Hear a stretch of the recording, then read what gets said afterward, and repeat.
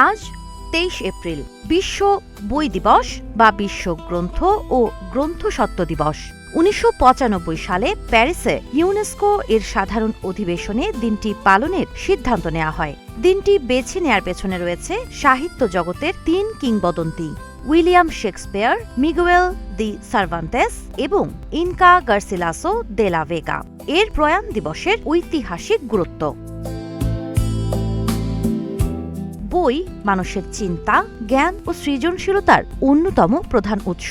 কিন্তু সময়ের সঙ্গে সঙ্গে বই পড়ার অভ্যাসে বড় পরিবর্তন এসেছে। আজকের শিশু কিশোরদের বড় একটি অংশ বইয়ের পাতার চেয়ে বেশি সময় কাটাচ্ছে স্মার্টফোন, ভিডিও কন্টেন্ট ও সামাজিক যোগাযোগ মাধ্যমে। জীবন অবাক না করলে কে করবে? 28% মিল্ক ফ্যাটের অবাক করার সাথে ফ্রেশ মিল্ক পাউডার। জীবন অবাক করুক প্রতিদিন। একইভাবে প্রাপ্তবয়স্কদের মধ্যেও কাগজের বই পড়ার প্রবণতা কমছে। অনেকেই এখন পিডিএফ, ই বুক কিংবা অডিও বুকের দিকে ঝুঁকছেন। তবে প্রযুক্তির এই অগ্রগতির মাঝেও কাগজের বইয়ের আবেদন একেবারে মুছে যায়নি। একটি বই হাতে নিয়ে পড়ার অনুভূতি, লাইব্রেরির নীরবতা কিংবা বইয়ের পাতার গন্ধ, এসব এখনও পাঠকের কাছে অনন্য।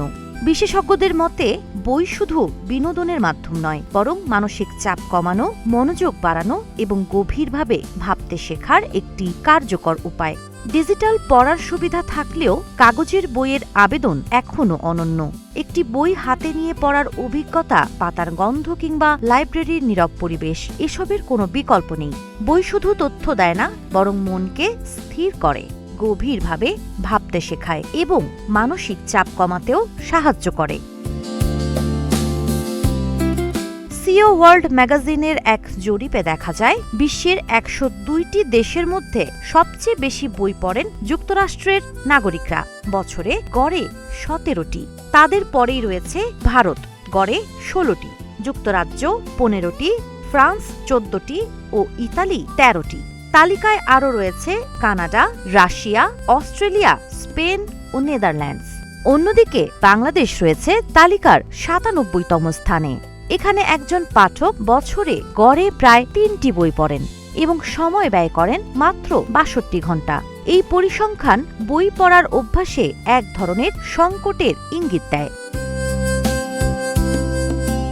ডিজিটাল যুগে পড়ার মাধ্যম বদলালেও জ্ঞান অর্জনের ক্ষেত্রে বইয়ের বিকল্প এখনও তৈরি হয়নি। তাই বিশ্ব বই দিবস আমাদের মনে করিয়ে দেয়, মোবাইলের ভিড়েও বইয়ের সঙ্গে সম্পর্কটুকু ধরে রাখা খুব জরুরি। সাবা খান, নাগরিক প্রতিদিন।